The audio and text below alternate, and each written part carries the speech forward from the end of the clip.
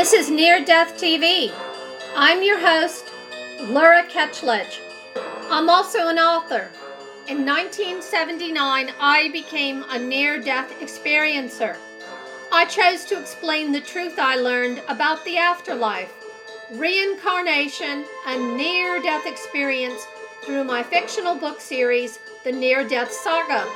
While dead, I was shown all human beings are shrouded in ignorance by design, in order to learn valuable lessons in each incarnation. When you die, the artificial facade falls away, and we awaken from the dream into reality. For more information, you can find us at neardeathtv.com. Please join us as we explore the after effects of near-death experience. Hello. Welcome to Near-Death TV. I'm your host, Laura Ketchledge. I'm also an author and near-death experiencer. This is the second interview with Dr. PMH Atwater, and I am just so thrilled to have her back on the show. She's giving her valuable time for this interview, and we are taking on a different topic today. How are you, Dr. Atwater? Oh, I'm just fine and ready to go. Okay, the topic of this interview, the second interview in the series of 3, is the 4 different types of near-death experiences. And the reason Dr. Atwater knows these things is because out of anybody in the world, Dr. Atwater has done the most lengthy, comprehensive interviews and investigations and research into near-death experience. So I'm going to drop the ball in your court, Dr. Atwater, and can you tell us about the 4 different types of near-death experiences? Well, of course, we're going to talk about a lot of things, not just that. But in my research of nearly 5,000 adults and children, I found 4 distinctive types of experiences, i.e. scenarios. And the one I call the initial experience is always very, very simple. It's something like the loving nothingness, the friendly dark, a special voice, maybe a quick in and out of body experience. But it's very simple. And usually children experience this the most, but adults can also. But there's something very, very deep about this that really changes the individual. The second one is the unpleasant or hell-like experience. You bet. People have this kind too, not just heaven. Not at all. It's sometimes referred to as the distressing experience, something like a threatening void or a stark limbo or a hellish purgatory. Or scenes of a startling and unexpected differences, like being shunned, even hauntings from one's own past, anything that's suppressed or repressed, like guilt, fears, angers, those kind of things tend to come back. Okay. In my research base, 1 out of 7 had the more distressing or hell-like experience. The third one I call the pleasant or heaven-like experience. This is the one everybody's familiar with. It's sometimes called the radiant experience, usually heaven-like scenarios of loving family reunions, of those who've died previously, maybe reassuring religious figures or light beings, maybe angels, wonderful kind of scenarios or talks or, running to these people and hugging them. And by the way, animals, lots of animals in near-death experiences.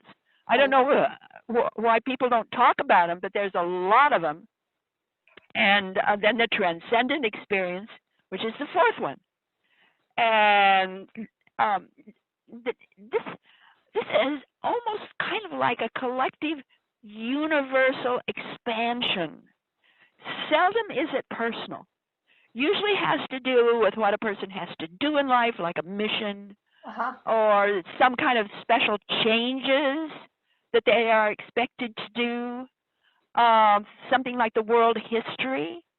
We had one experiencer who was shown all of history from beginning to end, but he will not discuss the advanced part of it at all. He only talks about, the past, but he won't go very far into the future. He was told not to do that. So those are the four basic types, but in that, we can have, kind of a big spread, like Ernest Hemingway, the famous writer. Yes. He had just a brief out-of-body experience, but completely changed his life. So that's the first one, the initial experience. He had that initial experience where he left his body, was looking back, and that experience so changed him that it totally turned around his entire life. So these experiences, whether they're easy or hard, whether they're hellish or heavenly, they tend to really make a stamp on that person's life. Sometimes the person changes right away. Sometimes the person takes time. Maybe they're afraid of it. Maybe they're shy about talking about it to anybody else. Maybe they're just plain scared to talk about it to anybody else. But that transcendent one, that's kind of the biggie in the sense that, it's this very broad, incredible view of the world, humankind, what we're here for, what we're doing. So I can give you a quick rundown on percentages, like the initial experience. 76% of the children have that in my research base, 20% of the adults. So adults do have it. With the unpleasant or hellish, I said 1 out of 7. Only 3% with children. Some children do have it, but very few. If you get that, it's almost like an encyclopedia. It's called the Big Book of Near-Death Experiences. In the hellish part, hellish experiences, I have one of a little first grader, and his experience meeting the devil. And he drew a picture of the devil, and then later on, the devil came back. So he had quite a fight, if you will, or an argument with the devil. And so this little first grader had that kind of experience. So, kids aren't devoid of this. They can sometimes have it too. And then the pleasant or heaven-like experience, excuse me, most people are familiar with this. Mm-hmm. This is the one that, the TV is about, most of the books are about, yes. Most of the talks are about this one. Yet, Laura, only 47% of the adults have it. Not quite 50%. Not 19% with children.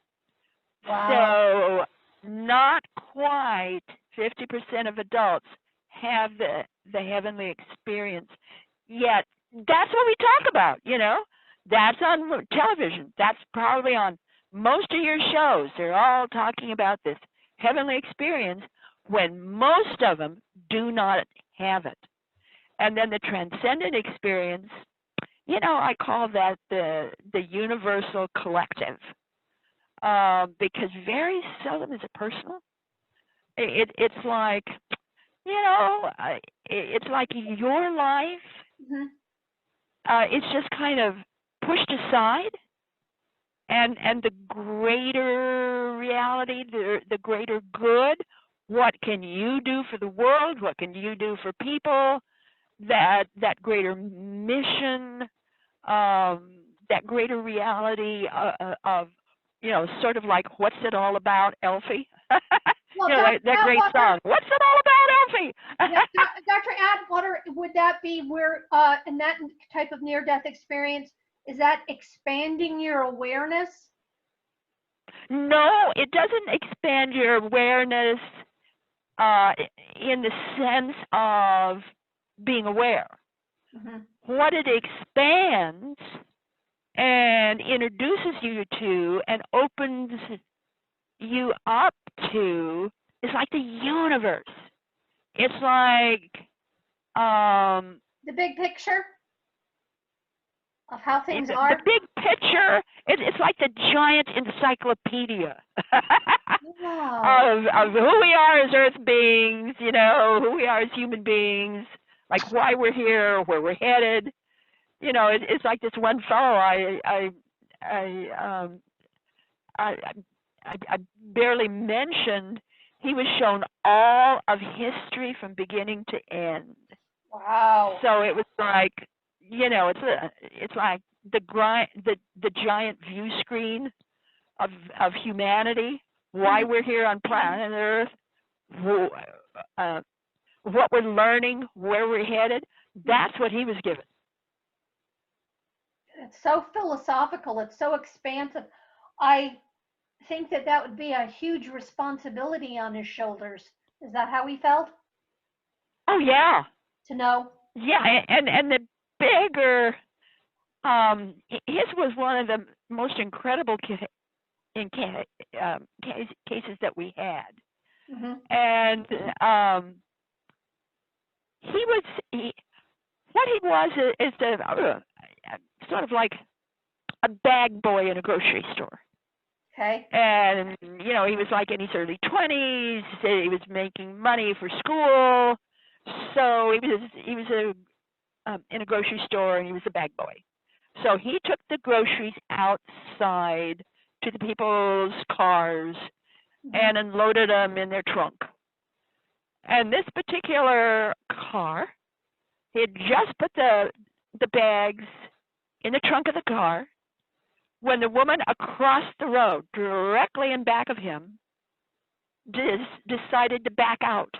Oh no. At the same time, the car the woman he was with thought he had finished his job, and she started to back out. Oh no. So he was caught in the middle. Oh, the poor dear. And the women, instead of stopping their cars, panicked and put their foot on the gas. So he was literally, and I kid you not, he was literally ground in half. Oh, the only thing left connected was his spinal column. Everything else was ground in half. Oh my gosh. So they rushed him, of course, to the hospital. And you know, the doctors didn't know what to do with this guy. I mean, there wasn't much left. And so as the story goes, they just pushed him to one side because there wasn't any, it's like a DOA. You know, what are you going to do with this guy? Yeah. So they just pushed the body to one side on a cart. Well, and this was a teaching hospital. And just at that time, a bunch of student doctors came down. And they went to the head of, you know, this particular section and said, you know, what are you going to do with that corpse over there? He said, well, you know, you can have him if you want. So they took him into a separate room, and they play acted. In other words, they acted as if they were the surgeons that were going to save this body. So they did. And, you know, hooked him up to everything. They did a little here, a little there, cut here, brought in, you know, this over there. And so they were just, in their mind, they were just acting out what would be expected of them if they were, you know, full-time MDs. Well, pretty soon, they've been doing that for maybe about 15 minutes. Maybe longer. And then suddenly the heart monitor started beeping. Oh Well, my gosh. but wait a minute, Laura. They thought there was something wrong with the heart monitor. So they went to the head of this section and said, you better do something about this machine because it's beeping. And the doctor went white. He goes running into the room, screams, and says, this man is coming back. So right away they, switched him into a full-fledged surgery with full-fledged MDs. And were able to bring, it's Ricky Bradshaw. That was his name, Ricky Bradshaw. And he was selected by the American Medical Association as the Trauma Patient of the Year. Can you imagine that? Not Given something this I big want award, to be being the Trauma Patient of the Year. Oh my gosh, that poor guy. But all the time he was out, that is to say, cut in half, he was there in this greater reality, being shown all of history from beginning to end, saw it all. And what they had the toughest time with was his lungs and getting his lungs to work properly. So they put him in an iron lung. And he was in the iron lung for some time. And he found that he could control the lung and the lights in his room by his thoughts and feelings. In other words, he had electrical sensitivity. He could turn it off or on or change it around and switch it. And it was driving the nurses and the doctors nuts because they couldn't figure out what was going on with the light bulbs and the power going off and on. And he was in there kind of giggling. He got this bird's eye view into the complete history. Can you tell us? Yeah, he saw it all. Can you tell us another case where someone was reunited with a loved one? Oh, those are so common. Are they? Those are so common. Yeah. I would be, it's like thousands and thousands, millions of them. Very often, you're met on the other side by a relative who is predeceased and or a pet. Again, I said this last time, lots and lots of animals are in these experiences, especially a pet or a dog. Some people were met by their horse. Many times, both adults and children, but more with children, are met by birds. I don't know why, but there's a lot of birds. Yeah, people say angels. With kids, it's usually birds. Lots of birds. But, I like the idea of being, getting back to our pets because, I'm a big animal lover and a lot of my animals have, gone over the Rainbow Bridge. It's great to be reunited. Did any of the near-death experiences that you researched, did anyone talk about a consensus reality? Well, kinda. I'm going to say kinda in the words people use. Mm-hmm. Because it depends a lot on your culture. It depends a lot on your particular part of the world, if you'll pardon that phrase, in how you describe what happened to you.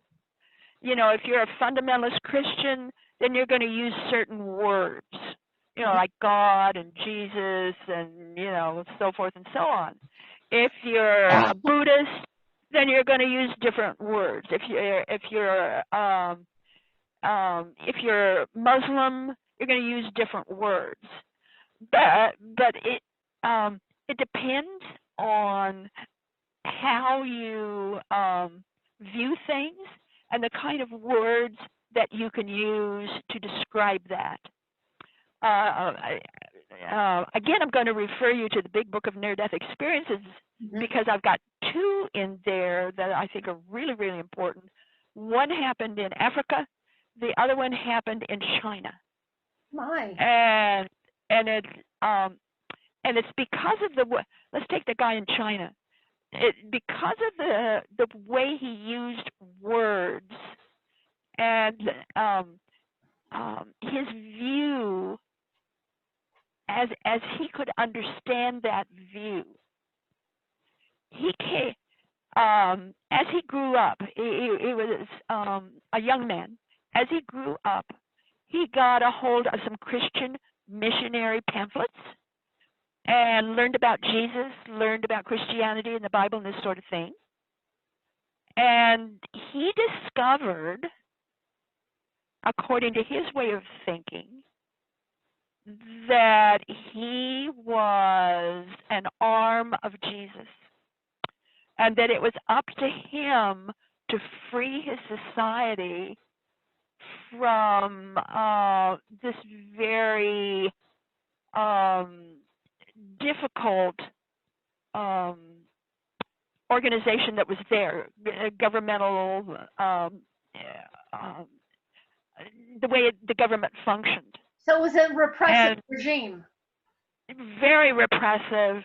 Then there was the Peking Revolution. He was part of that revolution. He was the main one. He came out on top, and he became what was called the Heavenly King. And so he just kind of took over, and the story of what happened to him and why and how is just absolutely fascinating reading. And people can then find you get that into in the book. And again, the big book of near-death experiences. Oh, wow. And it's in that big book. The big book is like an encyclopedia of the entire world, near-death experiences everywhere. Now, Dr. Atwater, I find that, the big book of near-death experiences, I mean, people crave explanation. You're a very good explainer with your research. Well, that's because I go for the rest of the story. Oh, yeah. It's not enough it's never enough, Laura, to just interview people. You've got to get in their homes. You've got to talk to the neighbors, the boss, the healthcare people. Well, let me tell you, you've got to go that extra mile. You could have been a very good FBI agent. Well, I had several relatives that were. In my family, there's a lot of police officers. Yeah, that's exactly what this really needed, was you. So you've given a wonderful gift to the rest of us. Now, you've got these 4 different types of near-death experiences.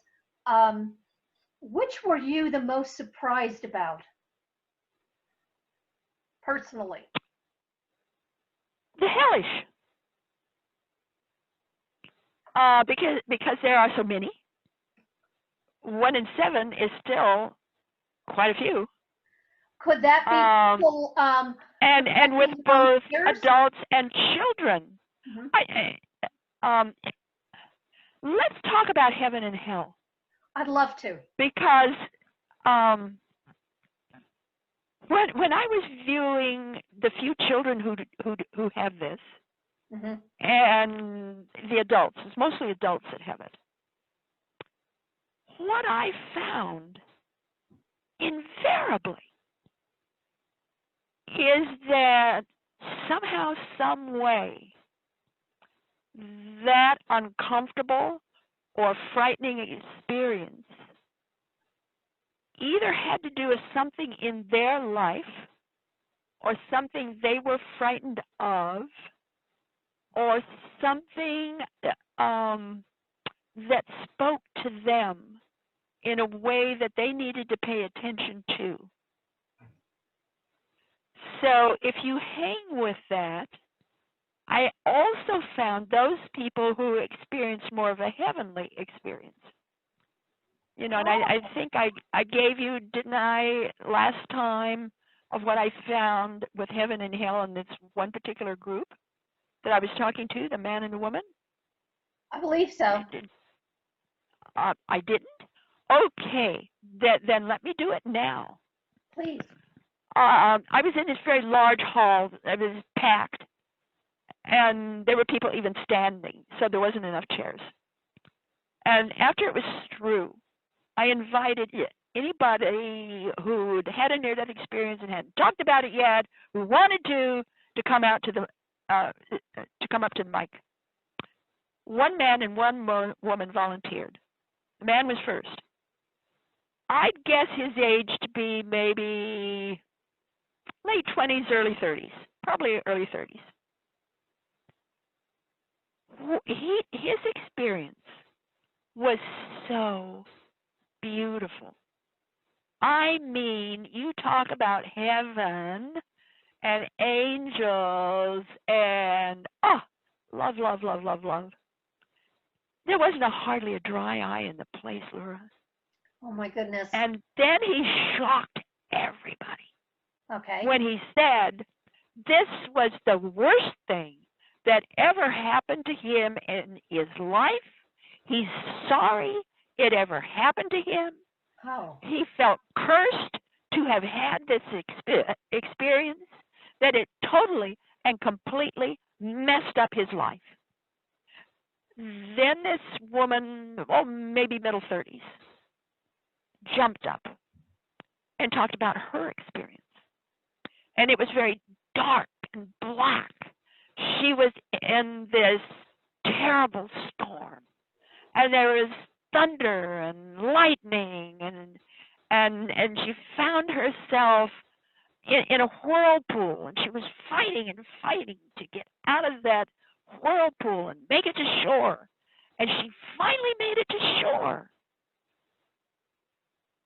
And she stopped and just absolutely blew everybody's mind when she said this was the best thing that ever happened to her in her life, because this horrific experience showed her, proved to her that no matter what happened to her in her life, she could get out of it.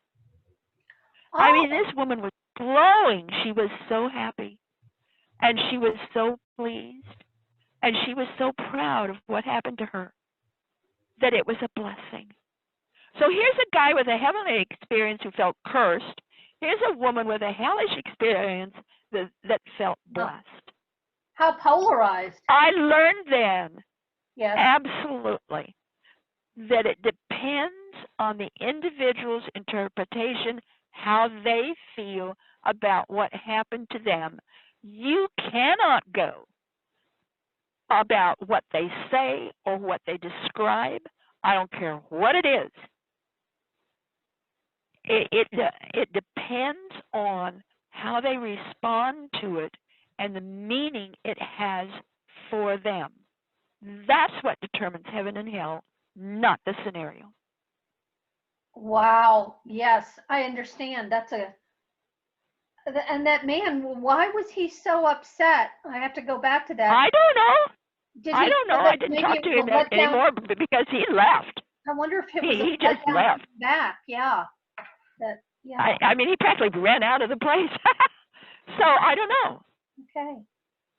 Boy. But I do know that I've never met a near-death experiencer yet who could ascertain the changes that occurred in their life and be fully real and open about those changes. It took at least 3 years. With most people, it takes 7 before you really know how much this experience changes you, because it changes your physiology as well as your psychology, your body as well as your mind. It's a huge, massive change. Do you believe that there is a huge shift in your core beliefs? It is with most people. A lot of them take time before they get to that point. It takes the average adult 7 to 10 years to integrate their experience. It takes the average child 20 to 40. A child does not integrate, they compensate. So Yeah. it's very, very different with children, and we'll talk about that in the third section of these talks we're doing, because it's very different with kids. Yeah. But with adults, it takes a while, and again, within about 5 to 6, 7 years, 77%, or right around 70%, 77% of adult experiencers will experience a divorce. And you've got to stop here and look at the family. Mm-hmm. The family wants back the person they lost. They don't want back some remodeled, reconfigured version of their loved one. They want the same one back. Well, they don't get the same one back. You're changed. Some people change more than others. Some people change just a little bit. Some people change, well, to a marked degree. And some people change as if they became another person. Yeah, I can see that. So, it's huge changes that we can go through. Let's talk about, well, I want to finish with heaven and hell first before we leave it. Yes, please do. Because I think this is really, really, really important. Mm-hmm. What I found with heaven and hell, with the construct of heavenly cases and hellish cases, it was as if there was this giant functioning scenario where the energy and the light, if it's finer, it grows finer and finer and lighter, and you begin to lift more. Those are what we call heavenly cases. If the energy and the light gets darker and darker and heavier, those are what we call more hellish kinds of cases. It was as if there's this construct that if you get into faster and finer and lighter versions of heaven, or of whatever is going on, we call that heaven. And if you get into this slower or more sluggish versions, then that's what we call hell. And I found that there's no such thing as a top or a bottom. In other words, you can go on and on and on and on into areas of the light and of finer versions of existence that are above and beyond what anybody can even think about. In other words, there's no top. You just go on and on and on and on. And on the bottom, there's no such thing as rotting together, rotting forever in hell, or some kind of dungeon, or fire and brimstone. No! You go down and down and down and down and down, but there's no bottom.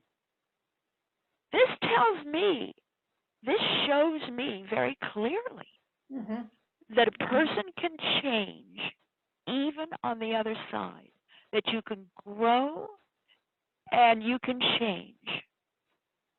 So there's no such thing as being condemned forever in hell for, you being a horrible person. And there's no such thing as floating around like a feather or an angel because you're such a wonderful person. We can't define it that clearly or that ably. I don't care what minister you talk to, or a rabbi or cleric, doesn't matter. there seems to be this lifting of energy or lowering of energy that happens at the time of death. And you tend to float up or float down according to the energy you meet. Let's compare it to a radio. You've got the radio here and it has a dial. And it's like turning the knob on the dial on the radio. And you can turn that knob up to higher and higher versions, or you can turn that knob down to lower and lower versions. And it's the same thing. It's like knobs on a dial. What I would love to do, if you will allow me to, is to take what the near-death experiencers themselves describe as to what death is and what it feels like to die. If you'll allow me to do this, what I did was I brought all of these different voices together and summed them up. So here's what is this okay? I'd love to. Yes, I'm spellbound. Okay. So, yeah, I'm listening. What death is, and remember, this is based on thousands and thousands of cases. Okay. This is not just one or two people, and I'm not making this up either. All I did was sum up what they said. What death is.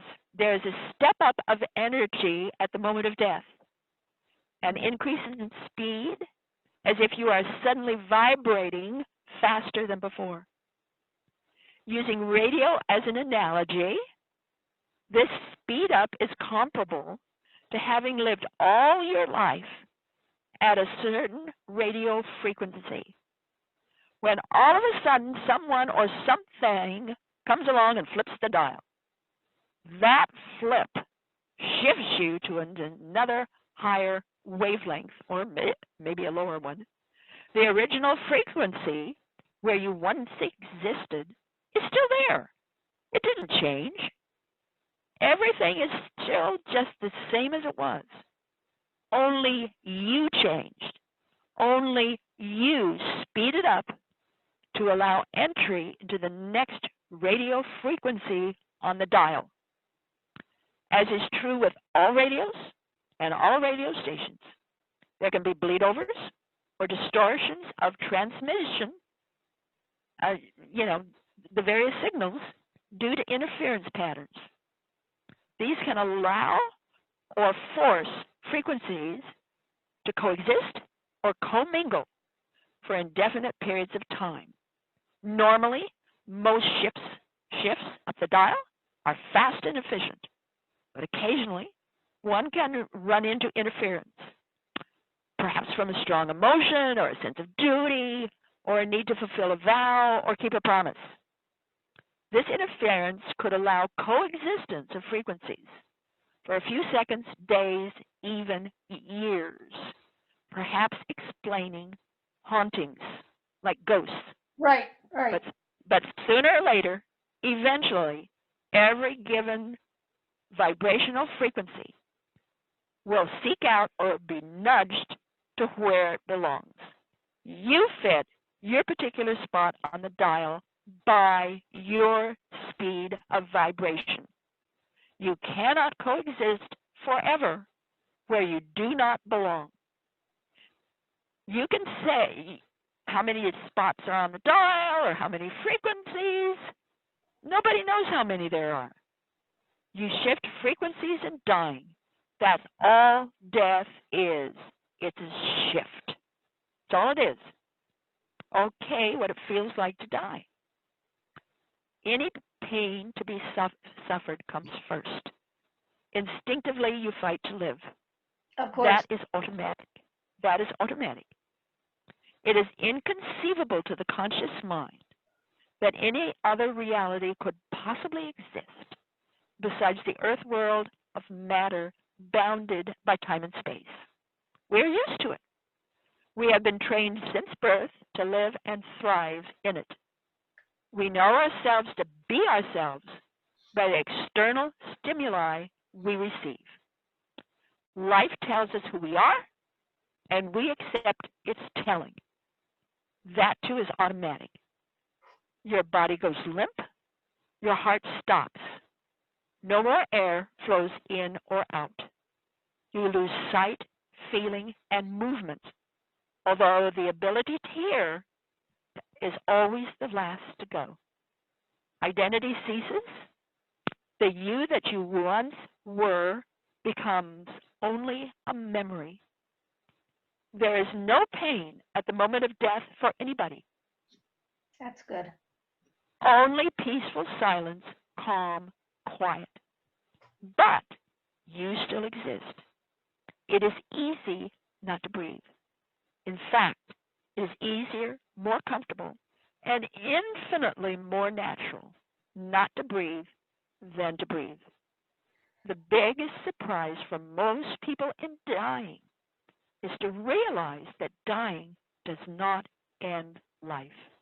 Whether darkness or light comes next, or some kind of event, be it positive or negative, or somewhere in between, expected or unexpected, the biggest surprise of all is to realize you are still you. You can still think, you can still remember, you can still see, hear, move, reason, wonder, feel, question, and tell jokes if you want. You are still alive, very much alive.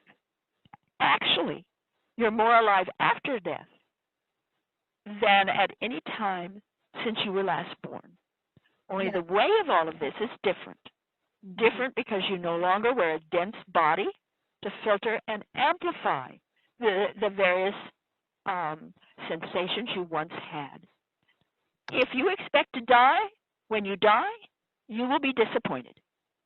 The only thing dying does is help you release, slough off, and disregard the jacket you once wore, more commonly called a body. That's all there is to it. Nothing else is lost. I agree, and I think you said it very, very well that everybody can understand it. The continuation of existence after physical death is a great shock. I mean, shocked me. Yeah. In my own case, when I realized all this, it's like I have to go back and use the bathroom again. I mean, that hit me hard. You mean I still have to use the body? I just, that was awful for me. I gotta get back and wear that body. Can you analyze something for me? I don't mean to diverge, but you're the expert and I'm not. When I was 12 years old, a horse ran off with me and got up onto the highway at a gallop, hit the slick tar, and flipped up and the air, and I was crushed. It was a gruesome accident. But just before the horse flipped up, I wasn't crying, but I knew I was in trouble. Didn't know the horse was going to clobber me. But I left my body. Found myself shot out of my body, and I was behind my physical body, and I saw the horse. I saw me sitting on the horse, the trees, just this vivid picture in my mind. And then I was sucked back, slingshot back into my body, and then I was crushed, and it was a pretty grisly accident. Would you consider that an out-of-body experience or a near-death experience? Both. Because an out-of-body experience is part of near-death experiences if it's intense enough. Let me go over the main elements of a near-death experience. Okay, good.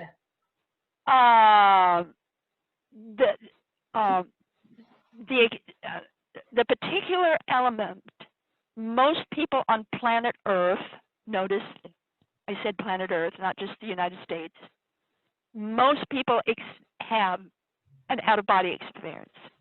Most do, whether they're an adult or a child, they have an out-of-body experience. Okay. The second most common is light. this incredible light that they explain. An adult will say that it is brighter than 10,000 suns. Instantly you're fried, but there's no pain. So this incredible light, a light that you can talk to, a light that knows all about you, that knows your name, knows all about you. The third most common is being met by loved ones on the other side, whether it be a grandma, granddad, maybe your favorite dog, your child, doesn't matter, but your loved ones. And the fourth most common is a life review, where you experience your life as it occurred in the past up to the moment you died. You can experience maybe clips of it or parts of it, or maybe the whole thing. It can be from birth to your death, or it can be from your death all the way back to your birth. It's different for different people. Notice I did not mention the tunnel. Right. Most people do not, some do, you did, but most people don't. In the first scientific poll that was ever done on near-death experiences, I think it was 1982, but I'm not sure. And it was done by Gallup poll. They only had, I think it was 6% of the people experience a tunnel. Could that be the way you died? Would that have any correlation to the way that you were killed? No, it doesn't at all. Oh, wow. What they found is that so many people talk about tunnels after Raymond Moody's book became sensationalized. Raymond Moody's first book, Life After Life. Yes. After that was sensationalized by the press, then you started having more people talk about tunnels. You see, they finally had a word they never had before. Maybe it was really a tunnel. Maybe it was something like a tunnel. Maybe it was something, maybe there was a period of darkness, so they automatically branded it a tunnel. They had a word to use they didn't have before. The media did something else too. They publicized that most of these cases happen in a hospital. No, they don't. Maybe about a fourth, maybe up to a third worldwide, maybe less than that. But the majority of near-death cases do not happen in a hospital. Again, that was our media that did that. And the reason they did it that way is because they want to hold the viewer's attention. And it is easier to use props and that kind of thing to produce a television show. Oh, sure, yeah. So it's quicker and easier to do it in a hospital. So they did most of them in a hospital, when in fact, most of them do not happen in hospitals. So we've got this distortion now with near-death experiences that simply isn't true. But it came about, I think, because of money, because of pressure, because of the media wanting to sensationalize the idea of tunnels. So they use that as a formula. That was clear. That was fun. That would get people's attention. So that's how that all came to be. But since then, we know now by percentages, by medical work, hospital work, people like me, educators, that there's all kinds of ways now of revamping and looking again at all the early data. Some of it holds true, most of it doesn't. Okay. So we have to just sort of back step here. And in back stepping, I'd like to talk about the most common physiological and psychological after effects. Oh, wonderful. Because yes. this is common, and you know, we really need to take a real good look at after effects. Like you know, most people don't even realize they're physiological after effects. You bet they are. More sensitive to. What were the most common after effects? Okay, more sensitive to the light, especially sunlight, and to sound. Taste and music change. Excuse me. Look younger, act younger with adults. With kids, it's just the opposite. They look older and act older. Huh. Just the opposite. Substantial change in energy levels, can even have energy surges. Changes in thought processing.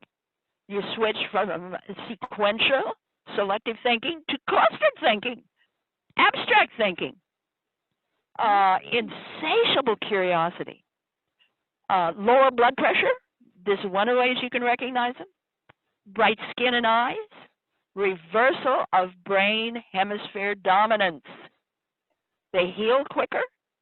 Reversal of body clock. To show you the difference in the mind. And this is a biggie. This is really, really important, I believe.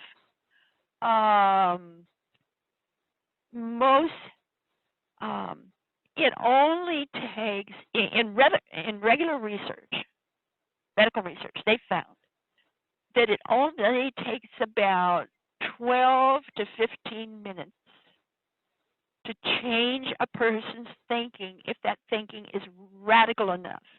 If what occurs is radical enough, you can change that person's thinking right around. And of course, a lot of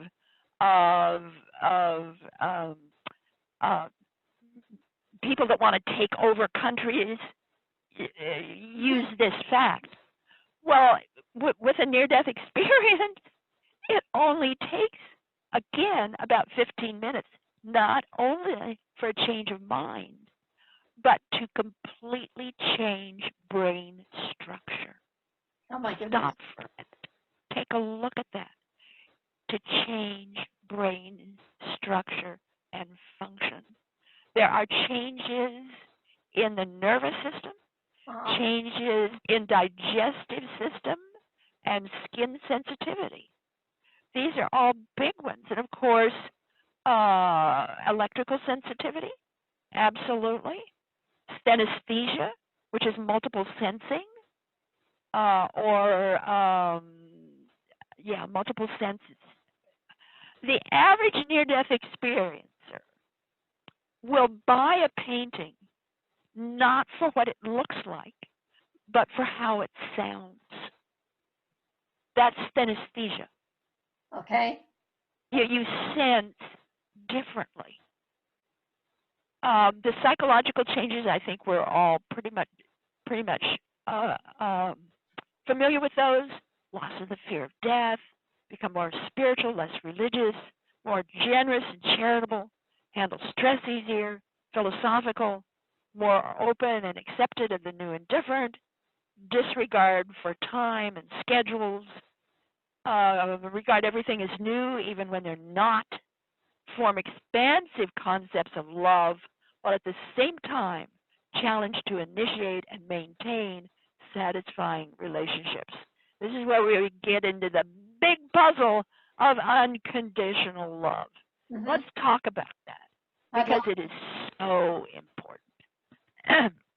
The average near-death experiencer, I don't care if they're adult or child, but especially the adults, come back head over heels in love with everything. They love everybody. They love everything.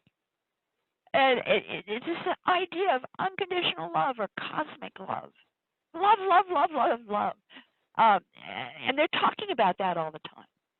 How much they love people and love everything in their life. Well, the big catch here is that kind of love is God's love. It's not a personal love. It's a collective love. Like you feel when you make it the source. Yeah. And that really puzzles husbands and wives. That really puzzles children. That really puzzles moms and dads. It's like, where am I in this? What happened to me? And I think that's really the major cause of most divorces, because the spouse thinks the individual is flirting, when in fact they are not. They are just simply being open to everybody else and loving everybody else, not realizing that might hurt or surprise or put down their mate. It's a real puzzle. It's like, and I think I gave this last time, but I'll give it again. I have 3 children, and my oldest daughter's name is Natalie. And she found me in the kitchen one day, and she put her hands on her hips like a typical Westerner. I come from Idaho. We're Western people.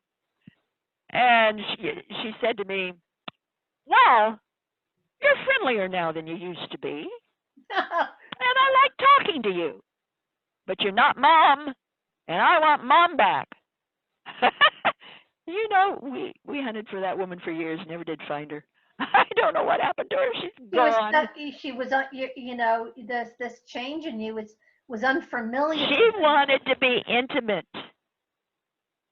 And I was intimate with everybody at almost the same level. And she was insulted by that. And it took me a while to catch on to what was happening to everybody else and why and how we might deal with that. But let's just look at some of the common traits of near-death experiencers afterward. And all of this is common, by the way. It's not unusual. Okay. They are unusually empathetic, have rich inner lives. Some have healing ability. They have complex, vivid dreams, good recall. Highly perceptive, creative, intuitive, strong feelings, especially those of love. Faculty enhancements, synesthesia, which is conjoined or multiple senses. Psychic ability. Let's face it, if you weren't psychic before, you become psychic after. If you were psychic before, you become very psychic afterward. It's a big adjustment. Susceptible to environmental changes, more allergies than before, surplus energy with many, with others less. They're restless, they're curious, strong reactions to positive, negative stimuli, much in the way of visuals, aesthetic awareness, knowing, intense focus, love to question, hunger for knowledge, feel things deeply, can have past life anomalous memories, identify more with soul than self, mystical awareness, comfortable with things future and otherworldly states and otherworldly beings, can at times influence physical objects, electrical sensitivity, out-of-body experiences often continue, tend towards self-deception, need to relearn basic cautions, tend to identify life as a waking dream. And I'm saying in as loud a words as I can, wake up, psychologists and psychiatrists of the world. All of this is normal for millions and millions of people. I agree. I couldn't verbalize it the way that you said, but the shift that happens in a human being that has a near-death experience, especially an extensive one, and then you return with some odd abilities. It's a huge adjustment, and it does take years to process. I truly believe that. Oh, yeah. It did for me. Years and years. And synchronicity, hey, that becomes like normal.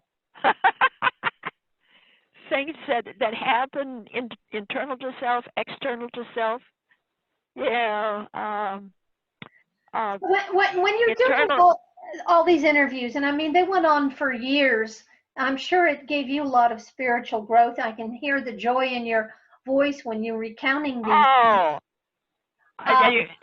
my research saved me. Mm-hmm. Because I was looking at in other people's eyes, and I was seeing myself looking back at me.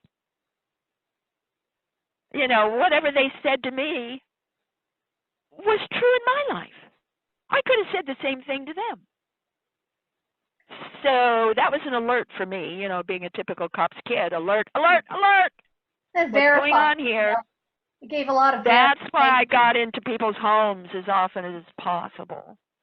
So that I could see through other eyes, not just mine and not just the experiencer. Now, this is another question. You've talked to so many people.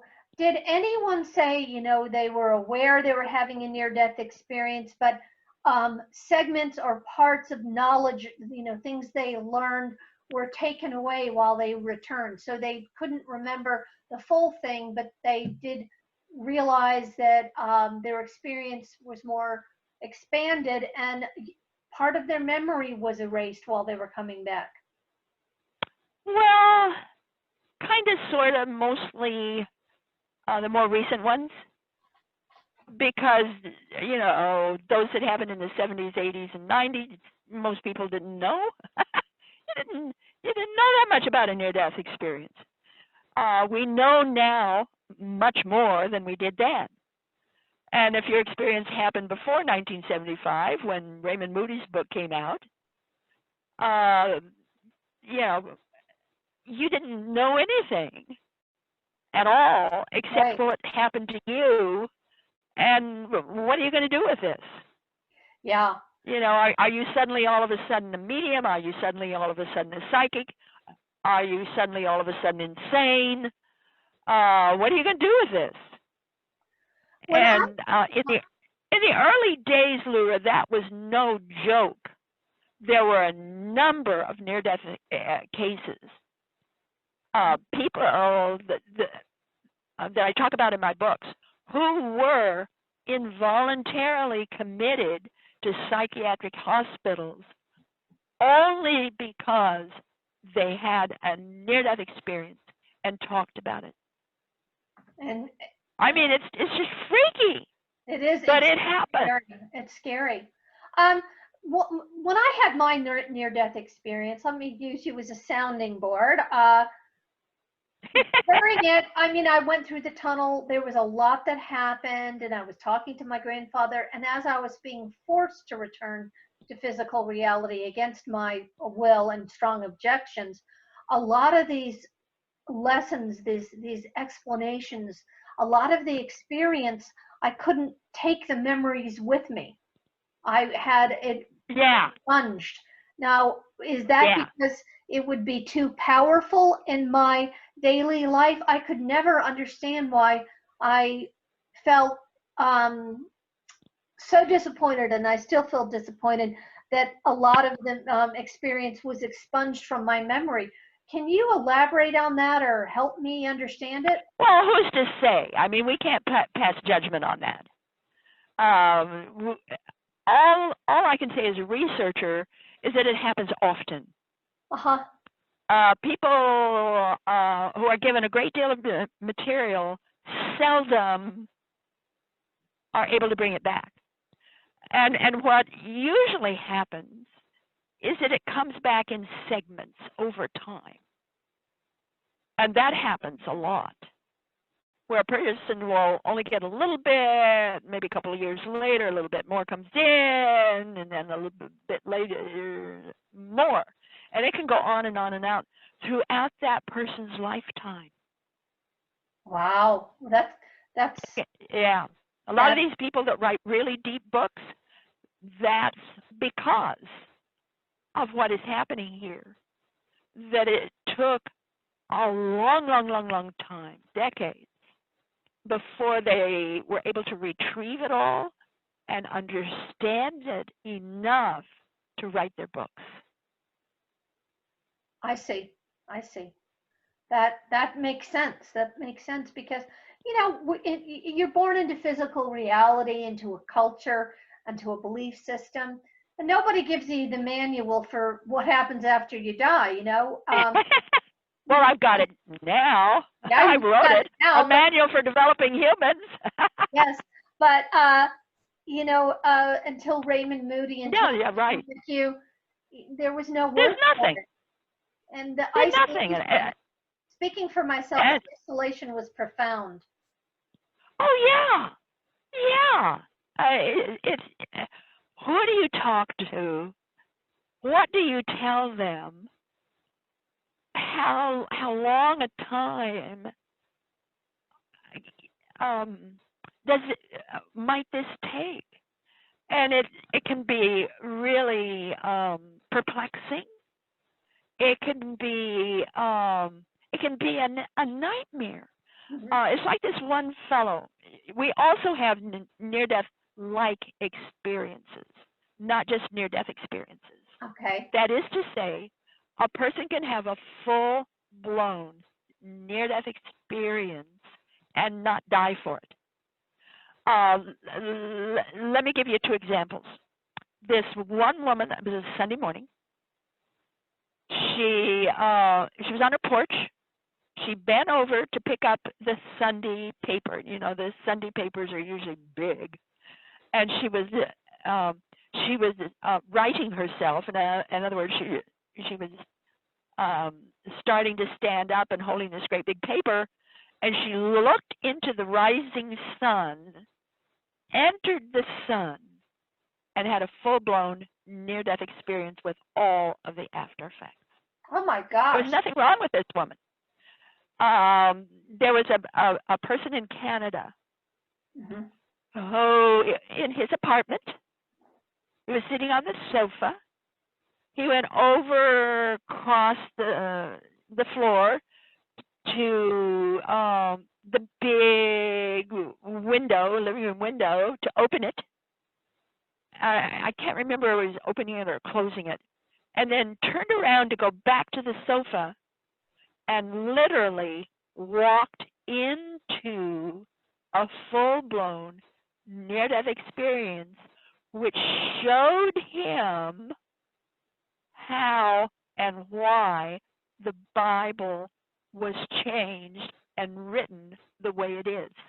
Oh my goodness. So he took it upon himself and was shown that this was his mission, to go around to the various theological colleges and show those people learning to be reverends or ministers what the real truth is. He did that for years and years. They all thought he was crazy. Nobody believed him. And he finally died in a high fever. I was one of the last people he talked to. He called me on the phone and said, I failed. I didn't wake up the ministry. And I said, you didn't fail. You got the word out. Planted the seed. And that made a difference in everybody's life. We are so glad, all of us, that you came in, that you did what you did, and we love you for it. Well, and he died about 20 minutes later. Oh my gosh. Dr. Atwater, where can people get your books? Could you tell us where your website is, where you Well, first of all, you need to get on my website, which is www.p as in Paul, M as in Mary, H as in Howard. So it's PMH Atwater, just at and then water. So it's www.pmhatwater.com. My website is large. It has many sections. One of the sections on the front page is NDE after effects. That I call it first aid for experiencers. So get in there, find out about the after effects and how to handle them. There's also the newsletter section. Mm-hmm. I produce a free monthly newsletter, but I warn everybody it's only for the curious. If you're not curious, you don't want my newsletter.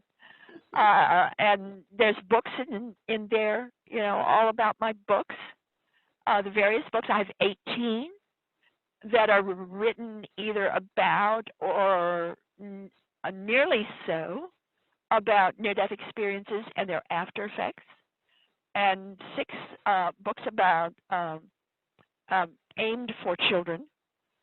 So I've been doing this for 44 years.